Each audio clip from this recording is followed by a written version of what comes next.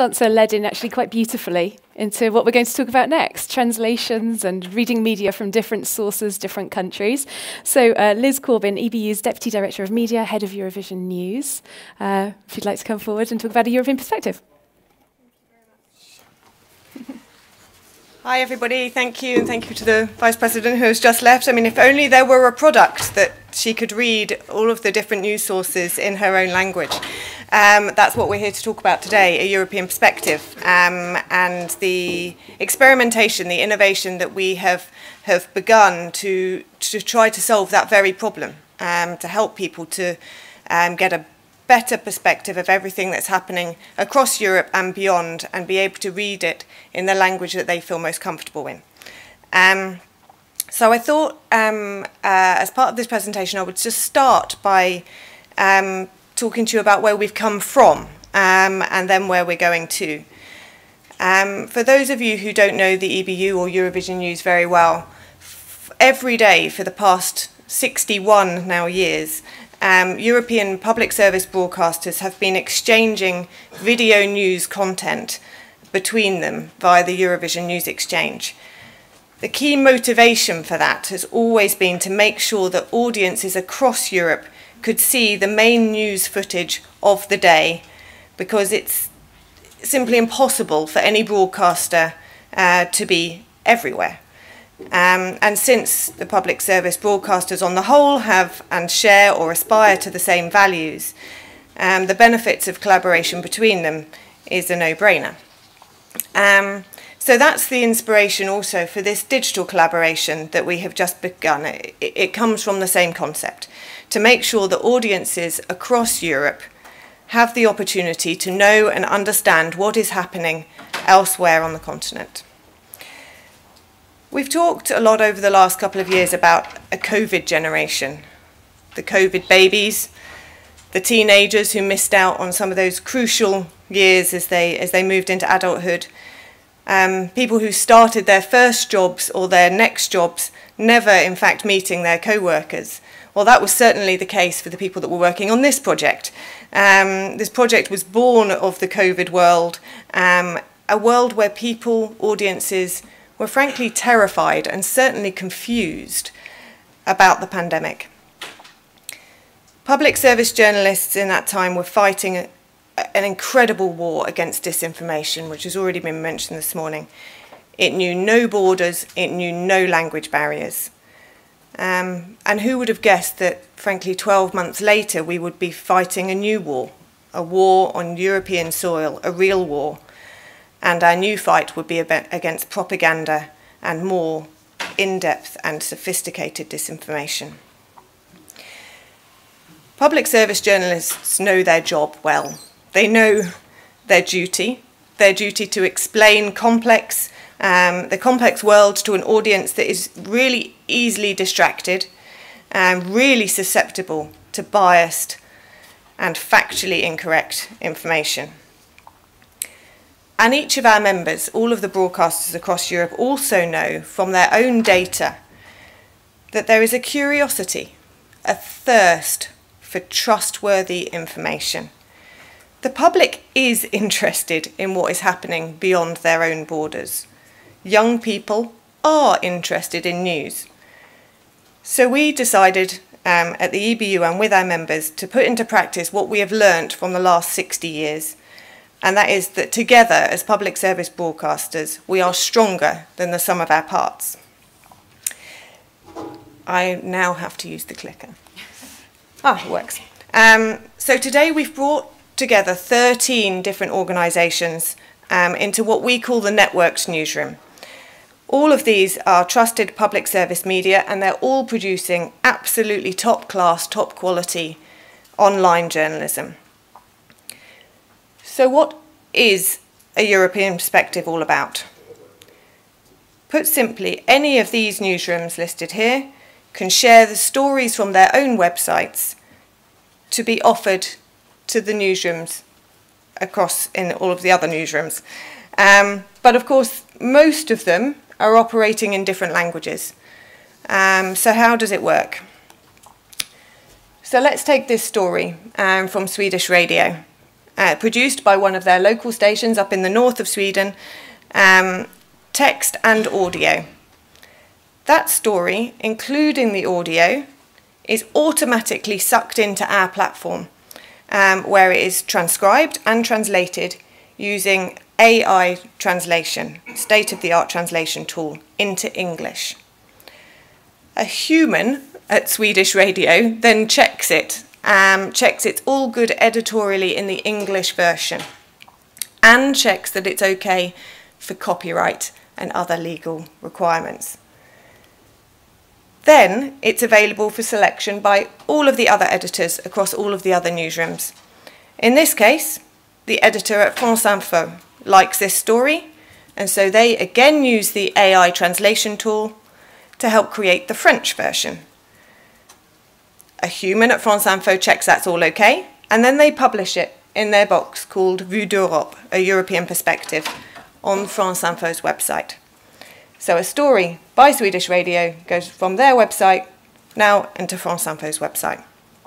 I have massively oversimplified that, and Sebastien is going to come and tell you a little bit more about how that actually works. The technology behind it, the legal requirements, the editorial challenges are immense, and it's very complex. But for the first time ever, public service broadcasters are promoting each other's content in their own language on their own websites. And I think that's very cool. So, incredibly exciting for broadcasters, incredibly exciting for journalists like me. But what about the people we care most about, those audiences? This is who it's all about. So what do they think? That's always a very difficult question to answer. We have done some research, and I just wanted to share with you one comment. We have lots of other information too, but one comment that somebody in Finland said. This is exactly the kind of service I expect from a public broadcasting company. For me, this even made the YLE tax more sensible and makes YLE's reputation even better as a news source. And what about elsewhere? Here is what audiences in Ireland, Spain, France, and again Finland think about a European perspective being on the websites of their broadcasters. You know, huge numbers there saying that they would read this section. So our hunches about curiosity seem to be right. It's providing audiences with content that they simply can't get anywhere else, and certainly not in their language, and they are interested in reading and viewing it. And here's a flavour of how a European perspective is being used. Maybe a week ago you wanted to know how the death of the Queen and the funeral was being reported in other countries across Europe. Well, if you happen to look at RTBF's website last week, you would have been able to do that because they used a European perspective box to showcase text, video and audios just on the death of the Queen. Want to know more about the climate crisis? This collection on the right was curated by RTE in Ireland, and at the bottom a wide range of reporting on the energy crisis was selected for visitors to the BR24 website in Germany. Similar boxes have been made to bring together fact-checking articles from across Europe, directly tackling misinformation at a scale that is impossible for a broadcaster to do on its own. The whole point being bringing everybody together makes us stronger than we are individually. And I should also mention that we have, as we've been talking about Ukraine this morning, we have Ukrainian content available in this tool as well, and some of our members have been using the translation tool to be able to offer news content in Ukrainian to Ukrainians that are staying in their countries. Noel and the Vice President referred to funding and there not being enough of it. It is not new. The public service media newsrooms are being asked to do more for less. Entire digital outputs have been created with no new money. But in general, lower and unreliable funding goes hand in hand with a failure to innovate. We see too many countries where they are just too squeezed to try out new things or to take risk on investment. That's why we're so impressed of the 13 people that are involved in this project so far, and we are grateful for the European Commission for their support with this project. And the experiences so far show that we are onto something. It's positive. This experimentation will no doubt lead us to more ambitious and more audience-focused products in future. Experimenting with this technology is crucial. Public service media was born 100 years ago this year, but it is as innovative now as it was then. The beauty of a European perspective is that we're playing to our existing strengths. In many countries, these websites are the most visited, the most trusted sources of news in their country. The audience is already there because of the high quality of the content and the journalism. We aren't relying on untrusted social media giants to help this content reach new audiences. We're using our own strengths, and we will in future be relying a little on social media too. But the point is, we have platforms already, and we're using them.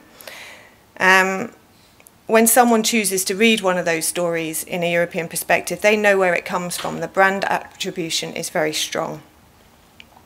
So as I said, Seb is going to come and talk you through how it works in more detail in just a moment. But if you take 3 things away with you today, I hope it is these things. European public service media is the envy of the rest of the world, and sometimes we take that for granted in Europe. You just have to take one step out of Europe to realise that. It goes hand in hand with democracy. It's let public service media wither and you will see democracy go down with it. So therefore, let's do everything we can to support it. Let's not leave the European public with a diet of content and journalism which is only curated and created by American tech giants. And thirdly, borders and language barriers are so last century. We can prove that we can go beyond that and get past our borders and our language barriers. Having a European perspective is part of being a 21st century European. With European values, it speaks for who we are, curious and diverse. And we know from our own countries that public service media brings nations together, creating shared experiences for the whole population. So in today's world, let's bring those nations together to better understand each other and to appreciate each other. The public is crying out for the values that we represent. Online, on social media, on their phones, on their smart speakers, everywhere. They want trusted and quality news, and they want it online as well as on any other platform they so choose. They want, and dare I say it, they need a European perspective. So, Seb, come and show us how it works.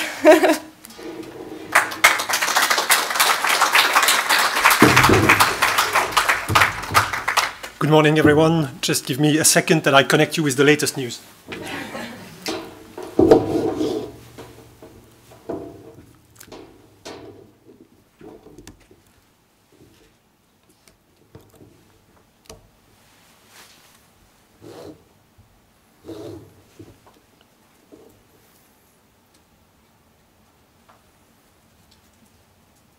It's coming. Yes, there we go.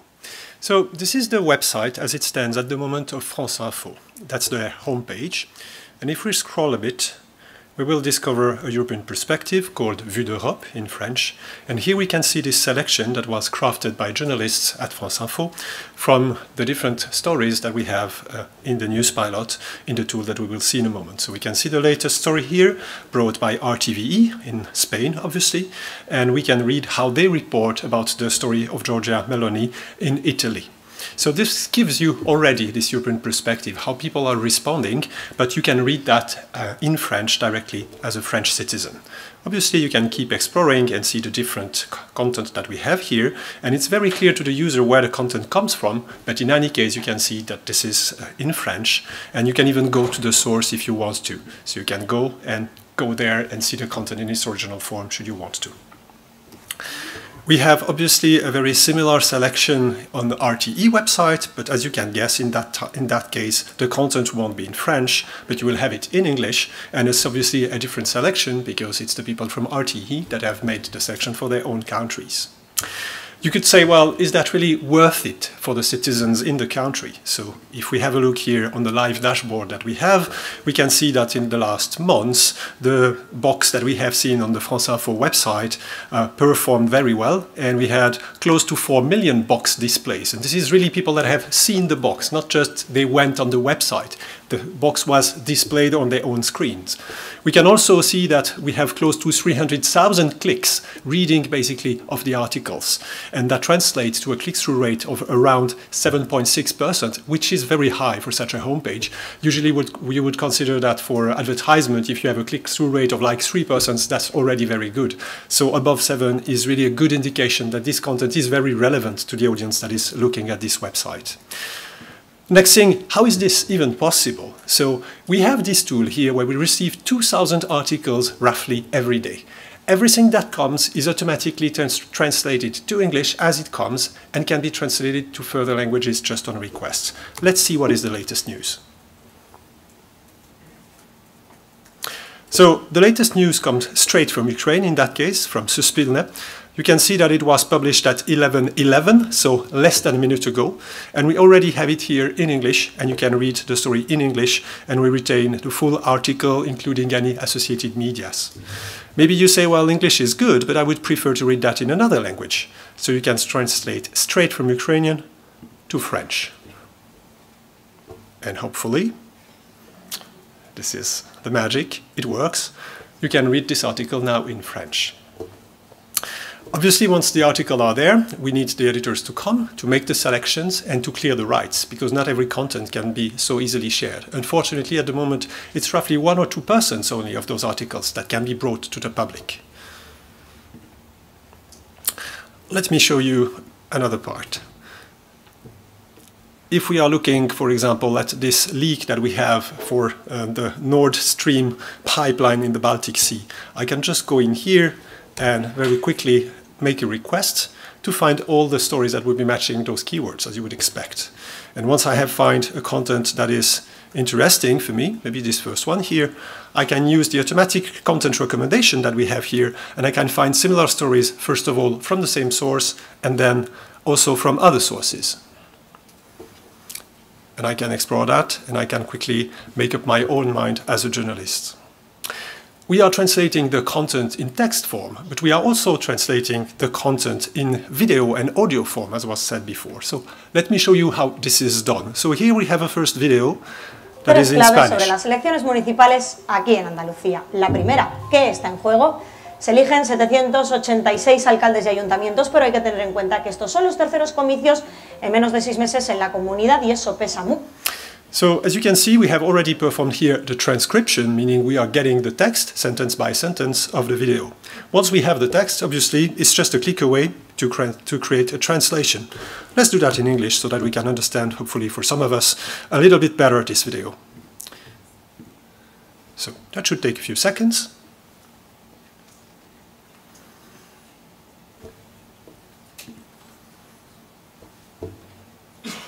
There we go, and now if we play it, el PSOE ganaba las autonómicas, pero por primera vez perdía el we can follow here on the right side the content in en English. las generales. El Partido Popular, con sus peores datos, conseguía por primera vez el gobierno andaluz.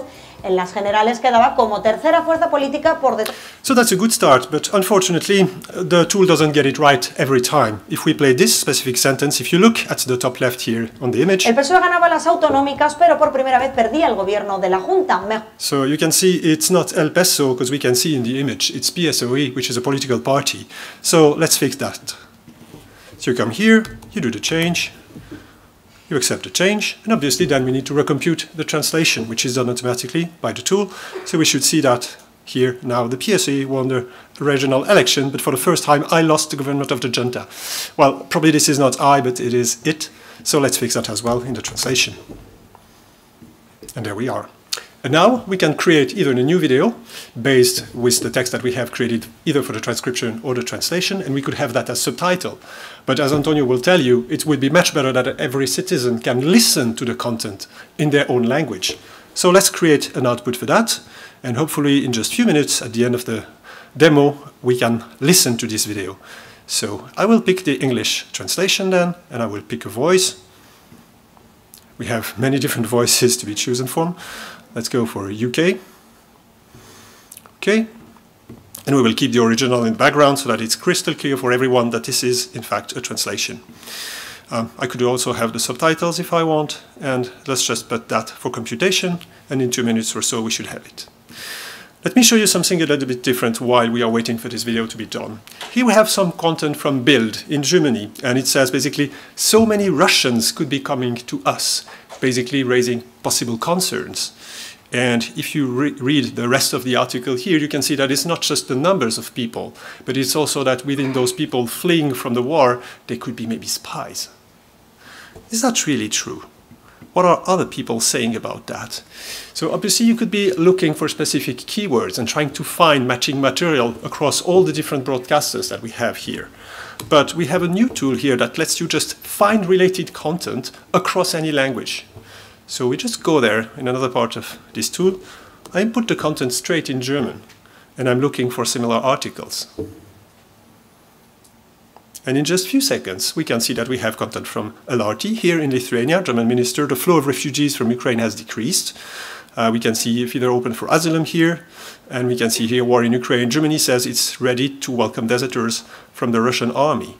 So as a journalist, I can make up my own mind in what's happening and how people are reporting. And maybe I would question what the Bild is saying. You could also dream that one day this huge pile of content that we receive every day would also be visible to every citizen, and that using such tools, when they see something online that they find questionable or that they don't understand, they would have the ability to basically check that, get this diverse view, this really viewpoint perspective, and then make up their own mind whether this is true or not, or whether it's just questionable, or at least get this diversity of views. You could also say, well, maybe as reporter, are we really doing the right things? So there's another tool here that is interesting because it lets you see how we report about the news in Europe. So we have this graph here, and the green line, the big one here on the top, is about Ukraine. And the blue one here at the bottom is Giorgia Meloni. So we can see that over time, we have quite a pattern. Ukraine is going down. This is for the last 3 months. And we can see that 3 months ago, we had approximately 18% of the article that were about Ukraine. And if we go to now, we are roughly at 5%. So we are measuring very clearly the news fatigue that is happening, this time not at the audience level, but on a journalistic level. And we can obviously see also which new interests are coming, and we can see who is reporting about the different topics on a map, and we can even see the latest stories or the most relevant one that we have here. Okay, let's go back to our video of before, and let's see if this is done. Oh, great, it is done, and listen to that. 3 keys to the municipal elections. Here in Andalusia, the first one at stake, 786 mayors and town councils are elected. But it should be kept in mind that these are the third elections in less than 6 months in the community. And that weighs a lot. The PSOE won the regional elections, but for the first time it lost the government of the junta. Improved results in the general elections, the Popular Party, with its worst data, won the All right, that was very quick, and I hope this will bring some good discussions for you during the coffee. Thank you so much.